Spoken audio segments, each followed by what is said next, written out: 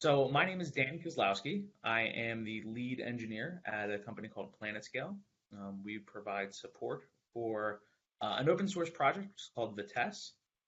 Uh, First thing I wanted to do is sort of go over a little bit of what Vitess is before I jump into our operator. Um, and then what we did here is we built a few versions of Kubernetes operators. And so I called this the tale of two operators, but there's actually like four of them. And I'll get into why we did what we did, as well as a few lessons we learned and a few challenges that we're currently facing. Um, but first things first, uh, since I don't know how many people may be familiar with Vitess, it is a database that was developed at YouTube to help Google scale their MySQL deployment.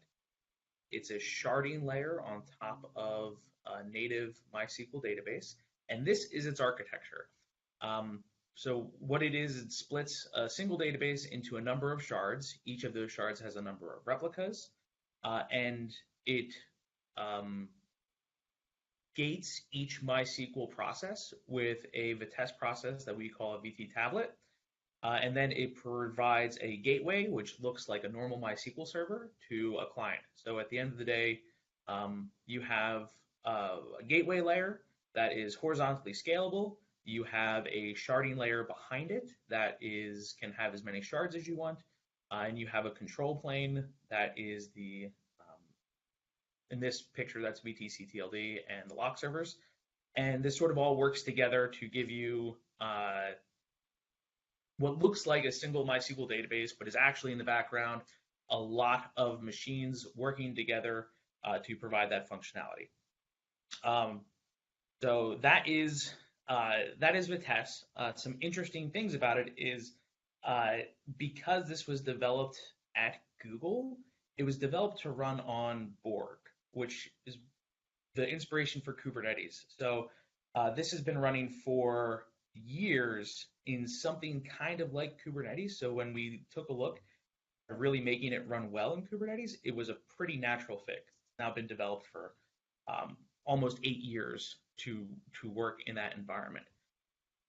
So uh, when we asked ourselves why should we make an operator for this, the reasons why we would make an operator is because it's really close to actually just working like we expect things that run off of operators to work. Everything has been designed to sort of fit together and scale independently.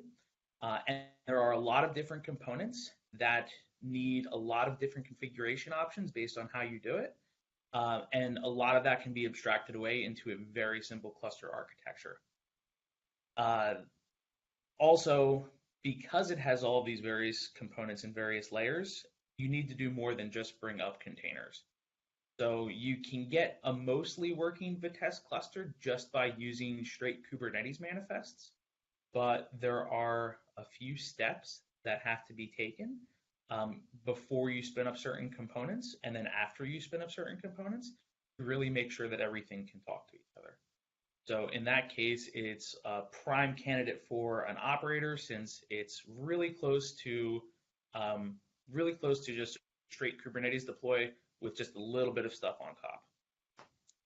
And in fact, this project was used, Vitess was used to demo a few other, I guess, operator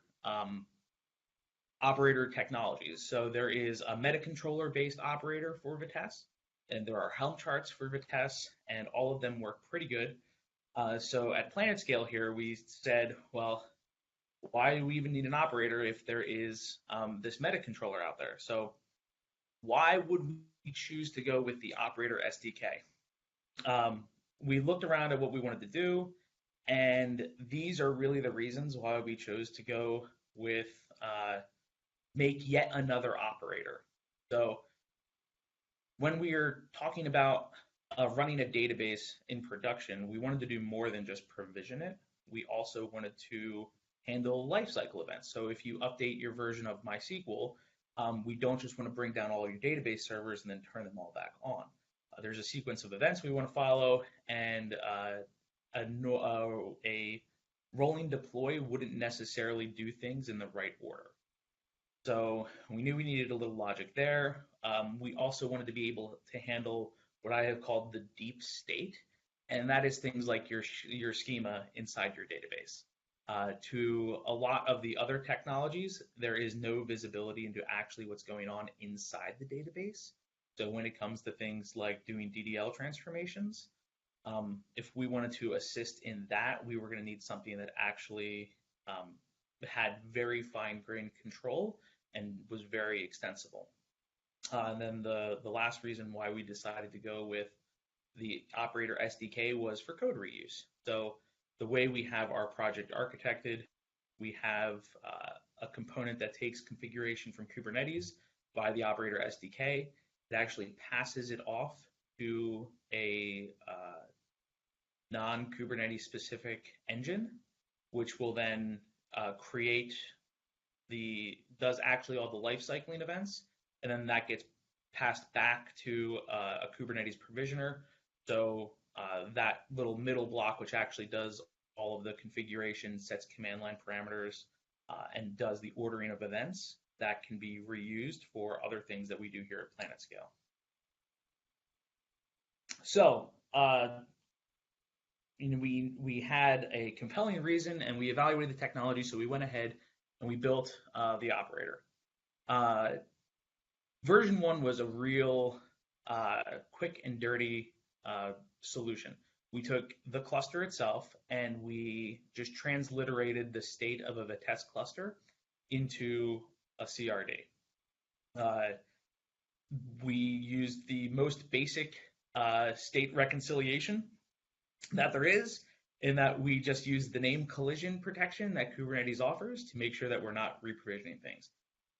Elements in our operator had deterministic names, so when we tried to create them the second time, we just got a already exists error and went about our business.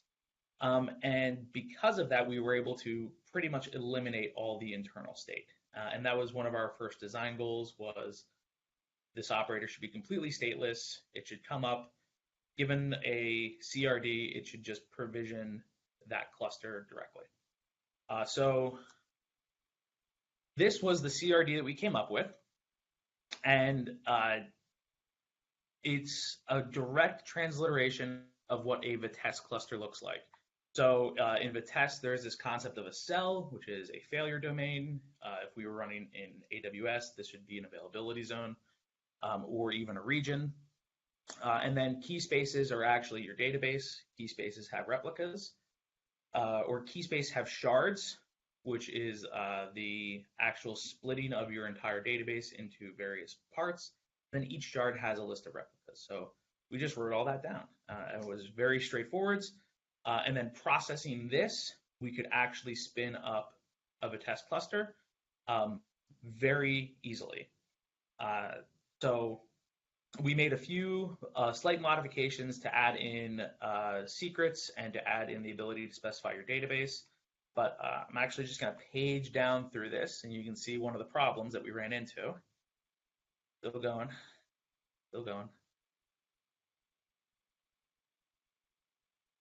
So that was our first version of the operator in the CRD, and this actually works really well. We wrote some Python scripts to generate this CRD, and this one is a 64 shard cluster, and this can do several 100,000 queries per second.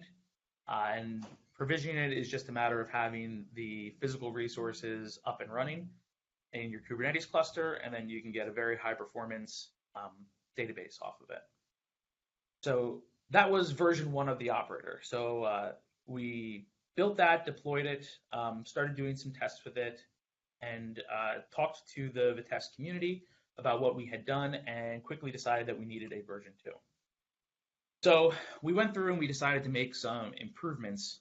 In talking with some of the members of the Vitess community who had built sort of like version 0 of the operator, who had built the Helm chart and the metacontroller based operator, we decided on a few initial improvements. So the biggest change and the biggest sort of improvement over that original CRD is incorporating the selector pattern wherever we can. And this is something that I think you'll see a lot through operators that people have made. So the place where I think the best example of it, if you look at the Prometheus operator uses what I will call the selector pattern for actually defining the service selectors. So you can put in as many different service selector manifests as you would like, and then you just have the Prometheus operator give match labels to actually provision the Prometheus server. So we went and incorporated that into the Vitess operator. It's a very good fit for us since you can define key spaces and shards independently of your Vitess cluster. So improvement number one was to take all of the shards and all of the key spaces and all the cells, so the three sort of components that put together a cluster, and turn them into their own CRDs, and then add the ability to have a selector which can just select those. So that took our extremely large CRD and turned it into something that looks like this. And so now we had a number of CRDs that had these selectors on them. And there was much rejoicing, right? Because that solves a number of problems. You can have different components that are defined sort of independent of each other. I can now change my cells without changing my cluster, and I can let all that propagate through.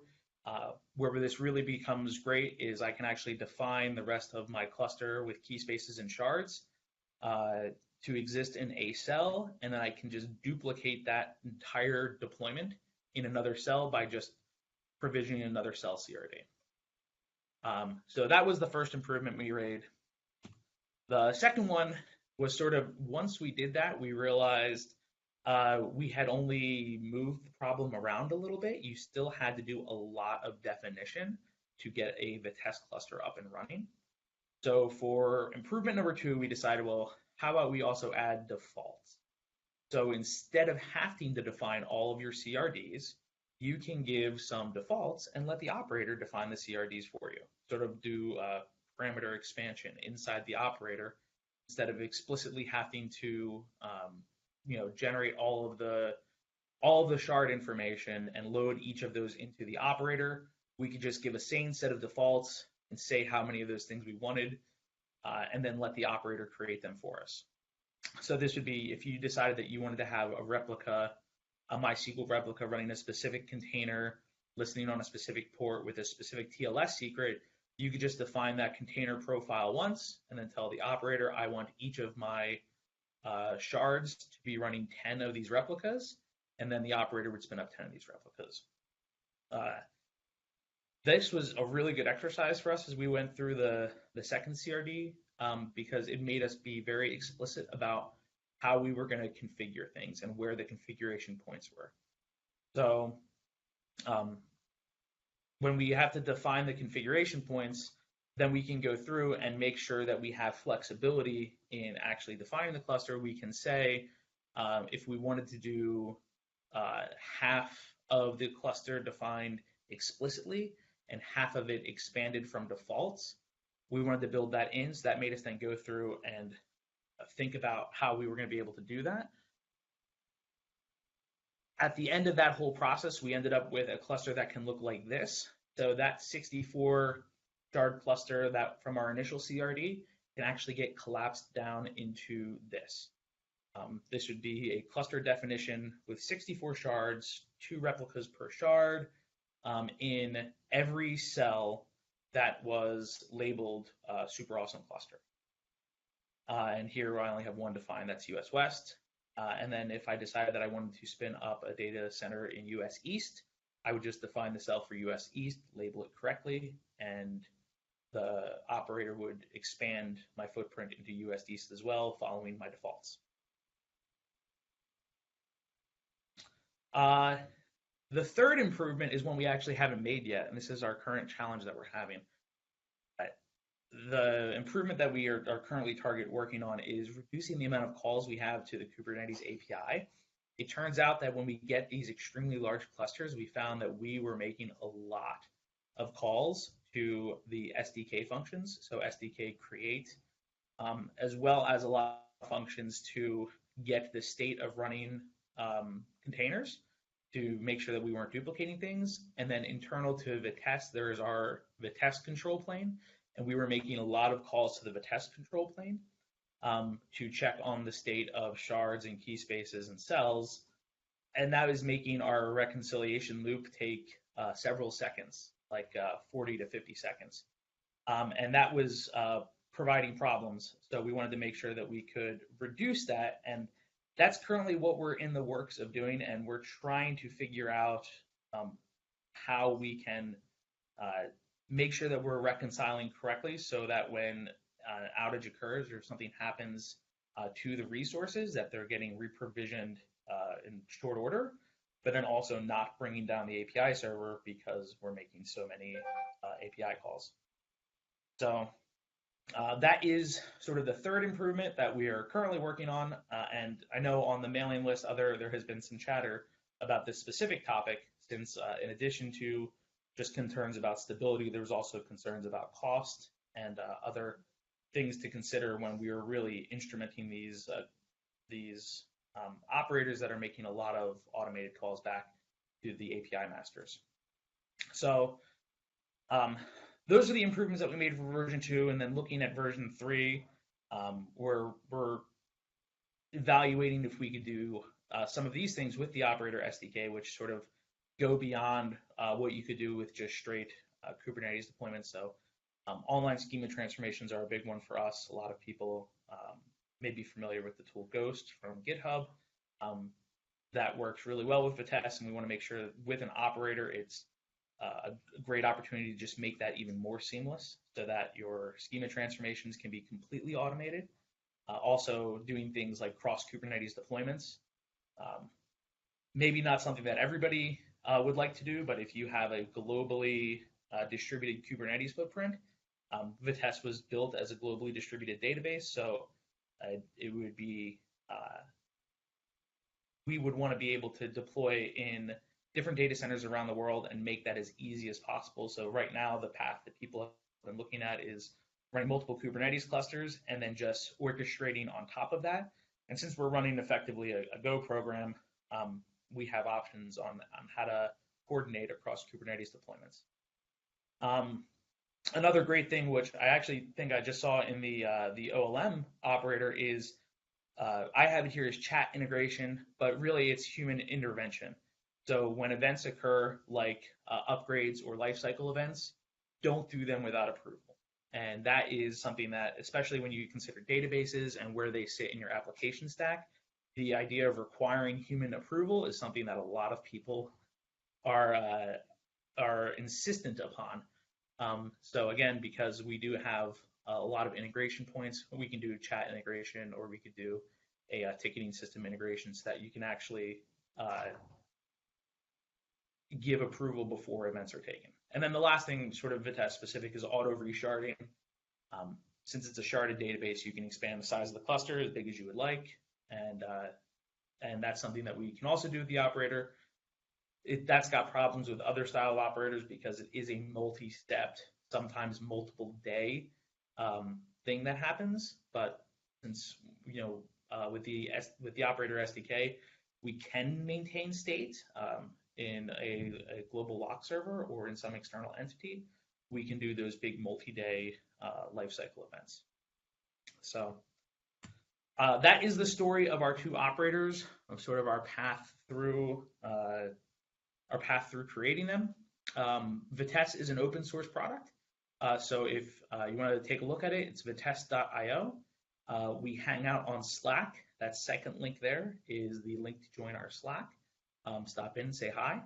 And then, like I said, I work for a company called PlanetScale. We're providing support, commercial support and features on top of that open source product.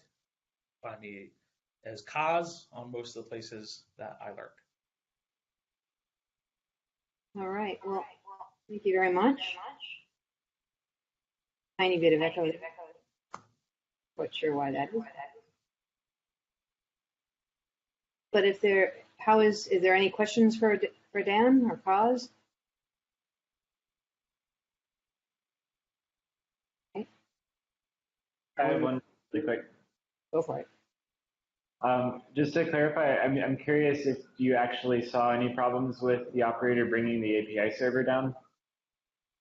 No, we have not. The problem that we've been running into now is just the performance of when we get really big clusters and when we get a lot of operators running off the same cluster, it slows the operator down. So it just takes too long for the operator to run its reconcile loop.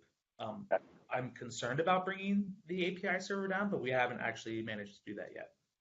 Great. Hey, this is Sean. Just a quick note, I think that the controller runtime design story in Operator SDK might be an issue worth watching for you. I think this should help with that problem because I believe the controller runtime will start to use an informer cache to do GET and list requests, which will probably significantly help in this regard. But that's just a guess from a guy, so I don't really know if that's true.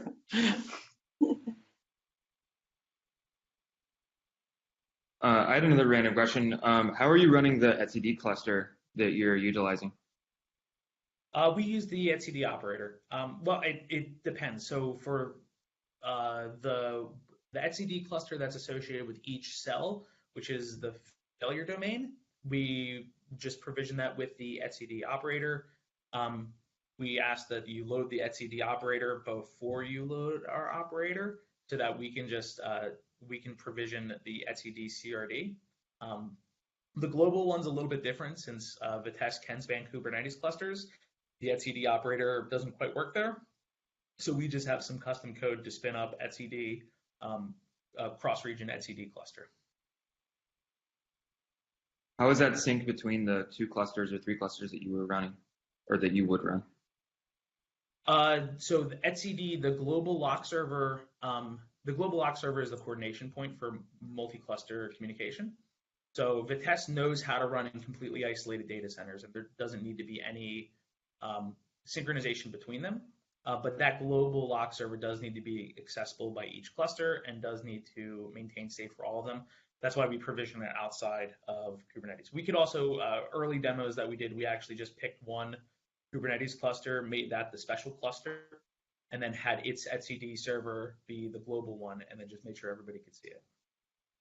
Gotcha. That was a strategy we took under Tectonic's multi-cluster stuff that we were testing, was like make one of these clusters special. Other than that, they all look the same. Yeah.